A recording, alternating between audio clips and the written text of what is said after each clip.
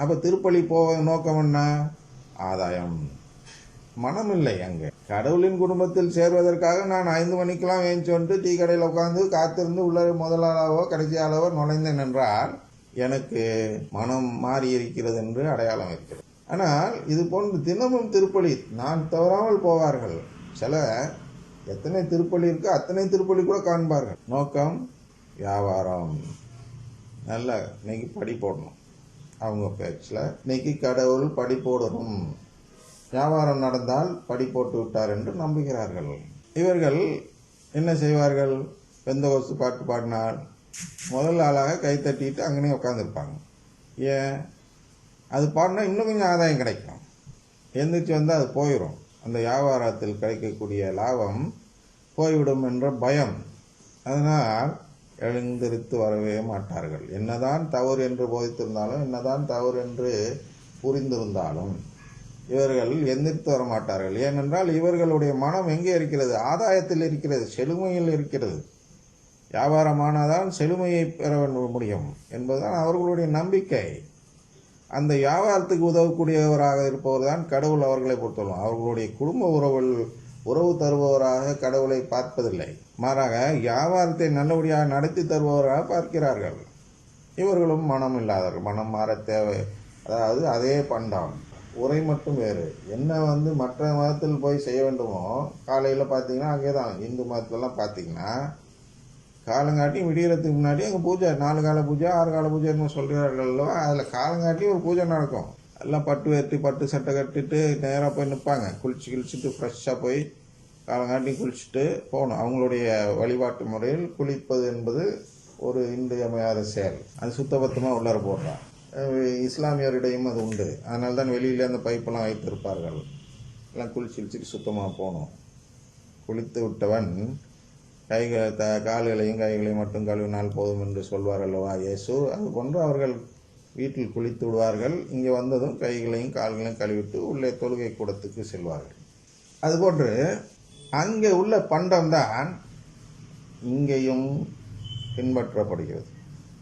அவர்களும் ஏதோ ஆதாயத்துக்காக தான் கடவுளிடம் செல்கிறார்களே தவிர கடவுளின் உறவை கேட்டு அங்கே எந்த மதமும் செயல்படுவதில்லை. இந்த கிறிஸ்தவ மதம் என்று சொல்லக்கூடிய பெந்தகோஸ்து புராட்டஸ்டன்ட் மதங்களும் அவ்வாறு செயல்படுவதில்லை. கத்தோலிக்க மதத்தில் மட்டும்தான் கடவுளின் குடும்ப நம்பிக்கை போதிக்கப்படுகிறது. நாமெல்லாம் கடவுளுடைய குடும்பத்தில் ஒரு உறுப்பினராக இருப்பதற்காக தான் பிறந்திருக்கிறோம். விண்ணரசு என்பது அந்த குடும்பம்தான், நிலைவாழ்வு என்பது அந்த உறவுப்பற்ற நிலைதான் என்று போதிப்பது கத்தோலிக்க நம்பிக்கை மட்டும்தான். ஆனால் இந்த நம்பிக்கை இல்லாமல் இங்கே இருக்கக்கூடியவர்கள் இருக்கிறார்கள்.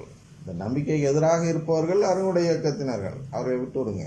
அவர்கள் தண்டனைக்குரியவர்கள். அவர்கள் கடவுளுடைய பார்வையில் அவர்கள் தண்டனைக்குரியவர்கள். அவர்களை குறித்து நாம் இங்கே பேசவில்லை. நாம் எங்கே பேசுகிறோம் என்றால் அதில் சேராமலும் பழைய பண்டத்தை மனதிற்குள் வைத்திருக்கிறார்கள் அல்லவா? அவர்கள்தான். பழைய பண்டம் என்றால் என்ன? ஆதாயம் என்ற அந்த பண்டம், செழுமை என்ற அந்த பண்டத்தை வைத்துக்கொண்டு செழுமைக்காக கடவுளிடம் செல்கிறேன் என்ற அந்த நம்பிக்கையில் வாழக்கூடியவர்கள் கத்தோலிக்க உரையில் இருக்கக்கூடிய வேற்று மதத்தின் பண்டம், பொருள், அந்த மனம். என்னுடைய மனம் கத்தோலிக்க மனம் அல்ல. அதனால் நாம் கத்தோலிக்கராக இருக்க வேண்டும் என்றால் என்ன செய்ய வேண்டும்? முதலில் நம் மனதை மாற்றிக்கொள்ள வேண்டும். எப்படி மாற்றிக்கொள்ள வேண்டும்? இது போன்றுதான் மாற்றிக்கொள்ள வேண்டும். எது போன்று? பவுலடியார் போன்று எனக்கு ஆதாயமான அனைத்தும் கிறிஸ்துவின் பொருட்டு இழப்பு என கருத வேண்டும். அதாவது ஆதாயத்தை நான் தேட தேட கடவுளின் குடும்ப உறவை நான் இழந்து விடுகிறேன் என்று நான் முதலில் நம்ப வேண்டும். அப்போதுதான் என் மனம் மாறும். எனவே இதைதான் இங்கே சொல்கிறார். நற்செய்தி வாசகத்தில் சொல்கிறார். மனம் மாறிய ஒரு பாவியை குறித்து கடவுளின் தூதரிடையே மகிழ்ச்சி உண்டாகும். ஒரு நேர்மையாளரை மனமாற்ற தேவையில்லாத ஒரு நேர்மையாளரை விட அப்படின்னு சொல்லிட்டு சொல்றார் இல்லையா? அவ்வாறே மனம் மாறிய ஒரு பாவியை குறித்து கடவுளின் தூதரிடையே மகிழ்ச்சி உண்டாகும் என உங்களுக்கு சொல்கிறேன் அப்படின்னு இந்த வாசகம் முடிகிறது. அதை கிடுன்னு வாசித்து பார்ப்போமா? வரி தண்டுவோர் பாவிகள் யாவரும் இயேசு சொல்வதை கேட்க அவரிடம் நெருங்கி வந்தனர். பரிசேயரும் மறைநூல் அறிஞரும், இவர் பாவிகளை வரவேற்று அவர்களோடு உணவருந்துகிறாரே என்று முணுமுணுத்தனர். புரியுதா? பாவிகள் என்றால் அந்த மற்ற மதத்தில் உள்ள பார்வை. பாவம் செய்கிறவர்கள் பாவிகள் என்றால் தகுதியற்றவர்கள், கடவுளிடம் செல்ல தகுதியற்றவர்கள் என்று அந்த பழைய பண்டம் என்று சொன்னனல்லவா, அந்த பண்டம். பாவிகளாக வாழக்கூடாது. நாம் புனிதர் பாவம் செய்யாத நிலையில் வாழ்ந்தால்தான் மோட்சம் கிடைக்கும் என்று சொல்லக்கூடிய ஒரு நம்பிக்கை அன்று இருந்தது, இன்றும் இருக்கிறது, இன்றும் எப்பொழுதும் இருக்கும், உலகம் முடியும் வரை அதுதான் இருக்கும். அது அகண்டவாத என்று சொல்வார். குறுகிய வழி என்றும் அகண்ட வழி என்றும் இரண்டு விதமான வழியை குறிப்பிடும் பொழுது இதுதான் அந்த அகண்ட வழி என்றால் அனைவரும் ஏற்றுக்கொள்ளக்கூடிய வழி. இது பாவம் செய்யாமல் இருந்தால் மோட்சம் அடையலாம் என்று ஒரு முயற்சியில் தான் இந்த உலகமே பாடுபட்டு கொண்டிருக்கிறது. அதனால் அவர்கள் அந்த பார்வையில் கேட்கிறார்கள், இவர் பாவிகளை வரவேற்று அவர்களோடு உணவருந்துகிறாரே என்று முணுமுணுத்தனர். அப்பொழுது அவர் அவர்களுக்கு இந்த உவமையை சொன்னார். உங்களில் ஒருவரிடம் இருக்கும் 100 ஆடுகளுள் ஒன்று காணாமல் போய்விடுகிறது. அவர் 99 ஆடுகளையும் பாலை நிலத்தில் விட்டுவிட்டு காணாமல் போனதை கண்டுபிடிக்கும் வரை தேடிச் செல்ல மாட்டாரா? இதான் ஏற்கனவே பார்த்தோம். எப்படி என்றால், காணாமல் போன ஆடு எப்படி காணாமல் போகிறது என்றால், உணவை தேடி அடைவதால் அது காணாமல் போகிறது. காணாமல் போகாத ஆடுகள் எப்படி காணாமல் போகாமல் இருக்கிறது என்றால், உணவை தேடுவதில்லை. சரியாக மேயாத ஆடுகள், மேய்ச்சலை தேடும் ஆடுகளை தான் மேய்ப்பருக்கு பிடிக்கும். நன்கு மேய வேண்டும், நன்கு உடல் எடை கூட வேண்டும், இவருக்கு நல்ல ஆதாயம் தர, பல குட்டிகள் ஈனி தர வேண்டும் என்றுதான் ஒரு ஆயர் அந்த ஆடுகளிடமிருந்து எதிர்பார்ப்பார். அதுபோன்று கடவுள் நம்மிடம் எதிர்பார்க்கிறார். என்ன எதிர்பார்க்கிறார்? நாம் எல்லாம் அவருடைய குடும்பத்தில் சேர வேண்டும் என்று எதிர்பார்க்கிறார். இந்த செயலில் ஈடுபடுபவர்கள் என்ன செய்யப்படுவார்கள் என்றால், இவர்கள் நிறைய அந்த மேய்ச்சலை தேடுவார்கள். அப்படின்னு நான் இப்போ சொன்னோமல்லவா, அந்த உடன்படிக்கை வழி தற்கருணை ஆண்டவரை தேடுவார்கள். ஆன்ம மீட்புக்கு தேவையான செயல்களை செய்து கொண்டிருப்பதில் நாட்டம் காட்டுவார்கள். எவ்வளோக்கு இதில் நாட்டம் காட்டுகிறார்களோ அவ்வளோக்கு அவர்களுக்கு சோதனை அதிகரிக்கப்படும். எவ்வளோக்கு சோதனை அதிகரிக்கப்படுகிறதோ அவ்வளோக்கு அவர்கள் காணாமல் போனவர்களாக மாறி, காணாமல் போன ஆடு போன்று பாவிகளாக உலகத்திற்கு தென்படுவார்கள், உலக பார்வை. ஆனால் உள்ளுக்குள்ளே அவங்களுக்கு இருக்கக்கூடிய மனம் ஏதில் இருக்கிறது என்றால், கடவுளின் குடும்பத்தின் மீது இருப்பதால் அவர்கள் உலக பார்வையில் பாவிகளாக காணப்படுவார்கள். உதாரணத்துக்கு என்னுடைய நேற்று சொன்னதை வைத்துக் கொள்வோம். என்னை அனுப்பிவிடுகிறார் என்னுடைய தந்தை. அப்போ உலகம் எப்படி பார்க்கிறது? இவன் ஒரு பாவி, அப்பா அம்மாவுக்கு செய்ய வேண்டிய கடமை விட்டு விட்டு தனியாக போய் இருக்கிறானே என்று உலகம் பார்க்கும். அதனால் என்னோடு யாராவது உறவு வைத்திருந்தால் என்ன இவன் பாவியோடு உறவு வைத்துக் கொள்கிறான் என்று அந்த நபரை தவறாக பேசும். அதுபோன்றுதான் இவர்கள் பேசினார்கள்.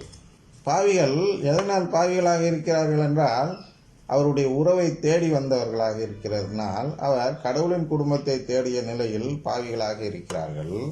அவர்களெல்லாம் இந்த காணாமல் போன ஆடுகள் போன்று, பார்ப்பதற்கு காணாமல் போன்ற நிலை, ஆனால் உள்ளே அதுதான் உயிரை காத்து கொண்ட நிலை. சரியா மேலன்னா இந்த ஆடெல்லாம் செத்து போயிடும், அது மேஞ்சா உயிரை காப்பாற்றிக்கொள்ளும். அதனால் ஆடு எந்த பக்கம் எங்கே நிற்கிதுங்கிறது முக்கியம் இல்லை, அமைப்பருக்கு எந்த ஆடு தன்னுடைய உயிரை காப்பாற்றி கொண்டு நிற்கிறது என்று பார்ப்பவர் தான் மேய்ப்பார். அந்த பார்வையில் இதை பார்க்க வேண்டும். சரியா? கண்டுபிடித்ததும் அவர் அதை மகிழ்ச்சியோடு தம் தோள் மீது போட்டு கொள்வார். வீட்டுக்கு வந்து நண்பர்களையும் அண்டை வீட்டாரையும் அழைத்து, என்னோடு மகிழுங்கள், ஏனெனில் காணாமல் போன என் ஆட்டை கண்டுபிடித்து விட்டேன். சரியா? அது கணக்கில் இல்லாமல் போனது இப்போ எப்படி வந்துடுச்சு? சுத்தமான ஆடாக வந்துவிட்டது. அதுபோன்று அவருடைய குடும்பத்தை விட்டு வெளியேறியவர் போன்று, பாவிகள் போன்று, தகுதியற்றவர் போன்று போன நிலையில் அவர்கள் என்ன தேடி வந்து விட்டார்கள்? இவர்களெல்லாம் தங்கள் உறவை காத்து கொள்ள இயேசுவை தேடி வந்து விட்டார்கள். அதனால் அவர்களை குறித்து இவர் மகிழ்ச்சி அடைவார். எப்படி இந்த ஆடு கிடைத்து விட்டால் எப்படி ஒரு ஆயர் மகிழ்ச்சி அடைவாரோ அதுபோன்று அவர் மகிழ்ச்சி அடைவார் என்று கூறுகிறார். அதுபோலவே மனம் மாற தேவையில்லா 99 நேர்மையாளர்களை குறித்து உண்டாகும் மகிழ்ச்சியை விட, மனம் மாற தேவையில்லா அப்படின்னா மனம் மாறாத அப்படின்னு சொல்லலாம். மனம் மாற்ற மாட்டிக்கிறாங்க, மனத்தை மாற்றிக்கொள்ள மாட்டேன் என்று சொல்கிறார்கள். அது போன்றவர்கள் 99 பேர் இருப்பதை விட இந்த மனம் மாறிய நிலையில் ஒரு ஆடு இருந்தால் போதும் அவருக்கு, இல்லையா?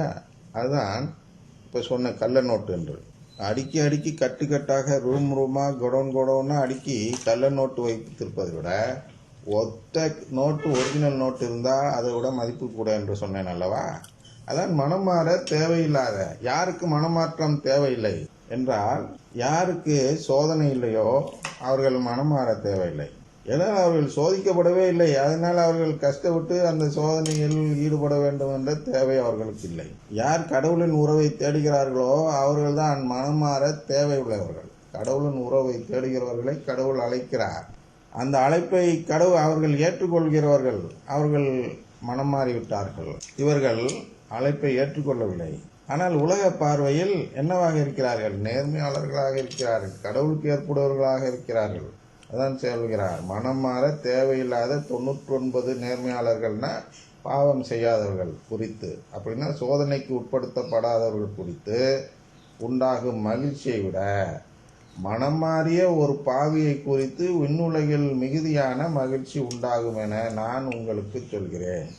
இதுதான் இங்கே நடக்கக்கூடிய ஒரு தத்துவம். நாம் மனம் மாறி இந்த நிலைக்கு போவோம். எந்த நிலைக்கு? பவுலுடைய நிலைக்கு போக வேண்டும். எத்தனை பேர் அந்த பவுல் நிலைக்கு இருக்கிறாங்க? பாவமே செய்யலன்னு சொல்லக்கூடியவங்க எத்தனை பேர் இந்த ஆதாயத்தை இதாக பார்க்குறாங்க, எதிரியாக பார்க்குறாங்க? அதான் கம்மி. 99 பேர் காஸ்பல் ஆஃப் ப்ராஸ்பரிட்டி என்று சொல்லக்கூடிய செழுமை நற்செய்தியை கடைபிடிப்பவர்களாக இருக்கிறார்கள். ஒரே ஒரு நபர் தான், 100க்கு ஒரே ஒரு நபர் தான் சிலுவை நற்செய்தியை கடைபிடிக்கிறார். அந்த ஒரு நபர் மட்டும் சோதிக்கப்படுகிறார். சோதிக்கப்படுவதால் அவர் காணாமல் போனவர் போல் பாவியாக படுகிறார். அந்த ஒரு நபரை அவர் தேடி செல்வார். ஏனென்றால் காணாமல் போன இவரால் கண்டுபிடிச்சிட முடியும். அப்படின்னா என்ன? இவரால் பாவத்தை மன்னிக்க முடியும். கடவுள் பாவத்தை மன்னிக்கக்கூடியவர்கள் நாம் எவ்வளவு பாவம் செய்கிறோம் என்று பார்ப்பதில்லை. நாம் அவர் குடும்பத்தில் சேர விரும்புகிற மனம் உள்ளவராக இருக்கிறோமா என்றுதான் பார்க்கிறார். மனம் உள்ளவராக இருக்கிறோம் என்றுதான் பார்க்கிறார். அதுதான் மனம் மாறிய ஒரு பாவியை குறித்து விண்ணுலகில் மிகுதியான மகிழ்ச்சி உண்டாகும் அப்படின்னு சொல்கிறார். மனம் மாறிய பாவினா இந்த ஆதாயத்தை தேடக்கூடிய மனதில் இருந்து ஆதாயத்தை விட்டு கடவுளின் குடும்பத்தை தேடக்கூடிய மனநிலைக்கு வரக்கூடியவர் தான் மனம் மாறிய ஒரு பாவி.